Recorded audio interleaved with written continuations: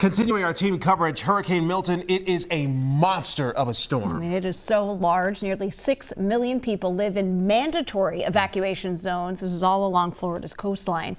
And as Hurricane Milton makes landfall, nearly 100 Red Cross workers and volunteers from Minnesota and the Dakotas, they stand ready to help. We know many are on the ground already helping with recovery efforts from Hurricane Helene. Our Pauline Lee joins us now live from the Red Cross. Pauline, what's going on? We see the bottles of water already stacked up, ready to go. Yeah, it's interesting that you mentioned that because we're here in the garage at the Red Cross headquarters in Minneapolis. It looks like there's a lot of stuff here, but Carrie Carlson, guess you're joining me now. You're saying this is actually pretty empty for this garage. Yes. What used to be here was our emergency response vehicle. Yeah. That's that large van that goes and brings mobile feeding into neighborhoods, cleanup kits, things like that. Yeah. All 7 of those from our region are in the affected area responding to Helene. Right. And then they'll be ready if they need to be diverted to help with the horrible impacts that we're expecting from Hurricane Milton. Right. Well, you just shared some new video of the destruction down in Florida here. Let's take a look at that. Some of the aerial footage, what are you hearing from the volunteers down there about just what they're seeing? Even our veteran volunteers who have been out on a number of disasters, including hurricanes, they're almost at a loss for words. It's just areas that never flood. People that have never expected to be in this position are things that it's not just their homes, it's everything that's familiar to them is gone. Their entire home communities. And so that's been really difficult. But they also have these inspiring stories of listening and hugs and being able to be there for people, and it's really community response. So working with so many partners, and we're just part of that puzzle to be able to help people in need. Right. Now, we should mention, we said nearly 100 volunteers already down south. You actually started deploying volunteers even before Hurricane Helene made landfall. And the response now for the Red Cross, you're almost to a point where you need to kind of stop and wait just for the safety of all the Red Cross volunteers down there, yeah? So we've deployed more than 100 probably by the time we look at this today. But we are taking a pause because we want to make sure that our volunteers are safe as well and pre-positioned again, like we were with Helene, right outside the affected areas to make sure that we can get in then. But we are staffing evacuation shelters in the area. We are still staffing the shelters that people are taking refuge in from Helene. So we have volunteers across the area, and they're part of the more than 2,000 that are there helping. We also have virtual volunteers that are working from Minnesota, including in reunification for people that can't find their loved ones. Yeah. And keep in mind, we're all focused on the hurricane, but the disasters here don't stop. We're talking about the house fires, the wildfires, things that the Red Cross volunteers here respond to locally on a daily and weekly and monthly basis as well. So a lot of work to be done here at the Red Cross. As we mentioned, a lot of the supplies are already down south. We're going to take a look at what kind of things they took down there in order to help with the recovery efforts coming up in about half an hour, guys. Definitely takes a team. Pauline Lee, Live Force in Minneapolis. Pauline, thank you. So many people lost everything in Hurricane Helene, and more are expected to be impacted with Hurricane Milton. We know that Red Cross volunteers from Minnesota and the Dakotas have already driven truckloads of supplies down south to help. We want to check back in with our Pauline Lee, who is live at the Regional Red Cross Center. And the Red Cross Center in Minneapolis was how they're helping. And Pauline, we saw that big pallet before, and you said actually that place is filled with lots of supplies, but they're already down south right now. Case in point, just like you mentioned, a lot of the supplies are already down south. We're taking a look at what is down south here. So I do have Carrie Carlson guest here. Good morning to you. Thank you for joining us. Good morning. I see a lot of holes here on your shelf. What used to be here? I mean, what's missing? So we have a number of supplies that we pre-positioned here so that we can deploy them right away to things like the floods in southern Minnesota, eastern South Dakota. But these are the types of things that we are giving out to help people also, whether it's a home fire or a hurricane. So you can see cleanup kit supplies, rakes. Of course, we have water, as well as our comfort kits that we hand out, again, whether it's a home fire or a hurricane. And what used to be here? What's missing here? So we had more of the same supplies, like the comfort kits and the water, cleanup kits with a number of different options there. But we're replenishing these now so that, again, we can make sure that we cover the apartment fires, the wildfires, all of that. But when we're looking at cleanup kits and water, we try and get those as close to that disaster as possible because we want to help support those local communities. Let's go on over to the table here because we talk about comfort kits and cleanup kits. I mean, what is in a kit? These are like very simple things that can be hard to come by in the event of a hurricane, right? Absolutely. So one of the things is our cleanup kits. And of course, we're going to wrap people in our Red Cross blankets, but it's just the essentials. We want people to be able to, brush their teeth. We want people to be able to, clean up and just have something that's theirs. And this is just, for immediate needs, certainly. And then we have cleanup kits this is just the beginning. Often we have, big distributions and, to get people started, gloves. This is part of a mop. We have all of these pieces in here because we got to get people started on that long process. And then, of course, water, our cases here.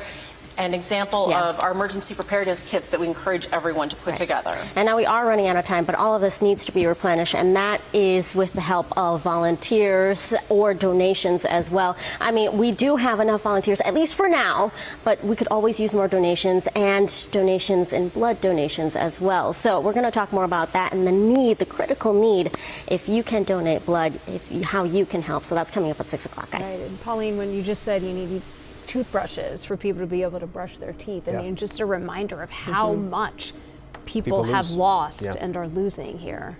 All right. Pauline, thank you. We'll check back in just a bit. We do want to continue our team coverage because Hurricane Milton, look at this. It is a monster of a storm. I mean, so large that nearly 6 million people live in mandatory evacuation zones all across Florida's coastline. And as Hurricane Milton makes landfall, nearly 100 Red Cross volunteers and workers from Minnesota and the Dakotas are ready to help. And the Red Cross does need your help as it helps others recover in the aftermath of both hurricanes Helene and then now Milton, both expected to have a devastating impact on the nation's blood supply. We want to check in now with our Pauline Lee, who joins us live from the Red Cross Regional Headquarters in Minneapolis. Pauline, I know you're focusing on how people here in Minnesota can help as well. Yeah, that's right. And you said it perfectly right there. Nation's blood supply at risk because of the 2 hurricanes here. So they're looking for donors. We've made it upstairs in the Red Cross headquarters here, regional headquarters in Minneapolis here. And I do have Carrie Carlson guest. Good morning to you. Good morning. So when people come in to donate, the process is very quick and easy. So where are we right now? Let's take a walk and show us around. So people come in, often they've used their free blood donor app, done their little mini physical with their health history there. They're going to come in, and one of our friendly phlebotomists is going to get them set up. And I know my daughter actually can donate in 4 minutes, so it can be pretty quick. That's how long it takes. In total, about an hour in and out, depending on how long you take at the snack table. But a really wonderful experience, and it's a way to give back. A lot of people are so compassionate. They see these photos and what's happening there, but all of those blood drives have been canceled. All that blood went uncollected.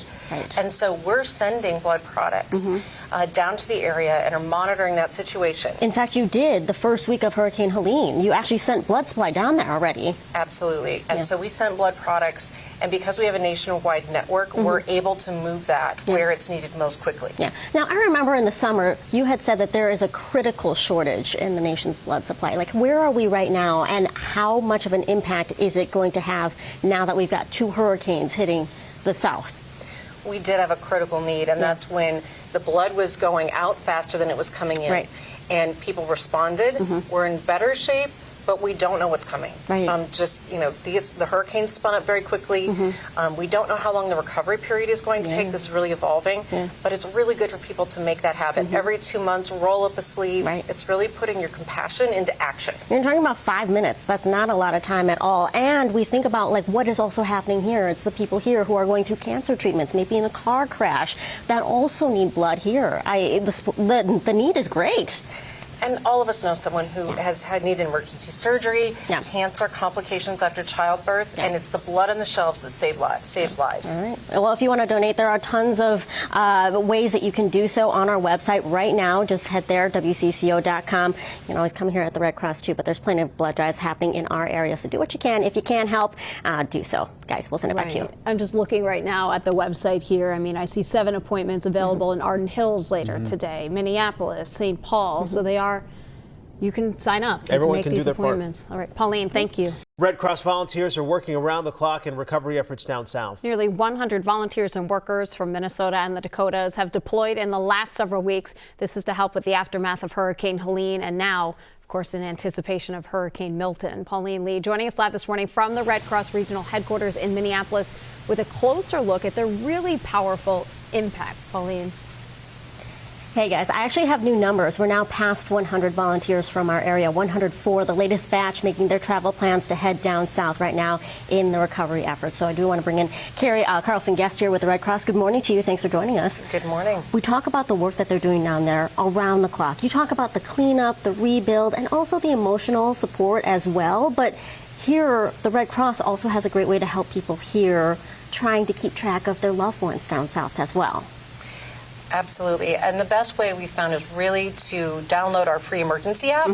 And you can put in zip codes for loved ones, including if you have loved ones in the area. We could actually just look at your phone and show you how easy it is to set up. So this is what the app looks like. It's got a big exclamation point on it, so I'm just going to click on it. So I put in my location, which is in Richfield. We're here in Minneapolis. So how do we go about setting it up? And go to add a new location. Okay. All right. And we are going to put in the zip code for Tampa, 33601. 33601. All right, there's Tampa. Just click on it. And then you can say got it for alert regions. Next. You can pick the radius, and so you can pop that out how big you want to, how big of an area you want to monitor. That is slick. Okay. I'm just and then hit add location. Actually, just put it a little bit further probably there. Oh, there we go. Add location. And then it's got the alert set. Oh my gosh, this is all of the alerts that you can monitor for. So like earthquakes, obviously you got hurricanes, floods, high alerts, high winds, everything. Absolutely. And then click finish. So now, let's see. Oh my gosh, 32 alerts right now, active alerts right now. So this is everything. Right. Okay. And you can go in and see what's going on with those alerts. Yeah. They're updated. If you refresh it, it'll update every 2 minutes. It is designed to be accessible for people with different sort of challenges, for whether it's vision or other disabilities, easy to access, and you can put multiple locations in there if you have loved ones across the country. Right, okay, and this is a great way to keep track of your loved ones, but in the unfortunate event, because we know when disasters strike, cell service goes down, you can't find your loved ones, Red Cross can also help with that on the website too. So how do we do that? So if you go to redcross.org, we have a large banner right up on top. And if, unfortunately, you can't connect with your loved ones, you've tried calling, you've tried texting, which texting works better, you can click right into here, locate loved ones. Okay. And then you could pick, where are you looking for your loved ones? Is it in Florida? Is it for Milton or Helene? Oh, okay. And then when you click into one. So let's go Milton. It's going to ask you your information as well as the person, as much information as you have, and then you submit it. And our teams on the ground also have access to that information, so maybe that person is in a shelter. And then they can help reconnect people. It's reunification. We also have virtual volunteers here in Minnesota that are helping do that work right now. So you don't even have to deploy to help with the hurricane relief services down south. Correct. We have trained volunteers that are here, and they're helping. That's impressive. All right. Well, Carrie, thank you so much for spending the morning with us. We appreciate it. And we do have all of these resources and how you can help, donations, if you want to sign up to volunteer, donate blood because there's a critical need, all of that on WCCO.com, guys. Yeah, really interesting. I had no idea they had all those tools. Yeah, really interesting to see how you can keep track of those tools and how technology is playing an important role in all this. Pauline Lee, live for us in Minneapolis. Pauline, thank you.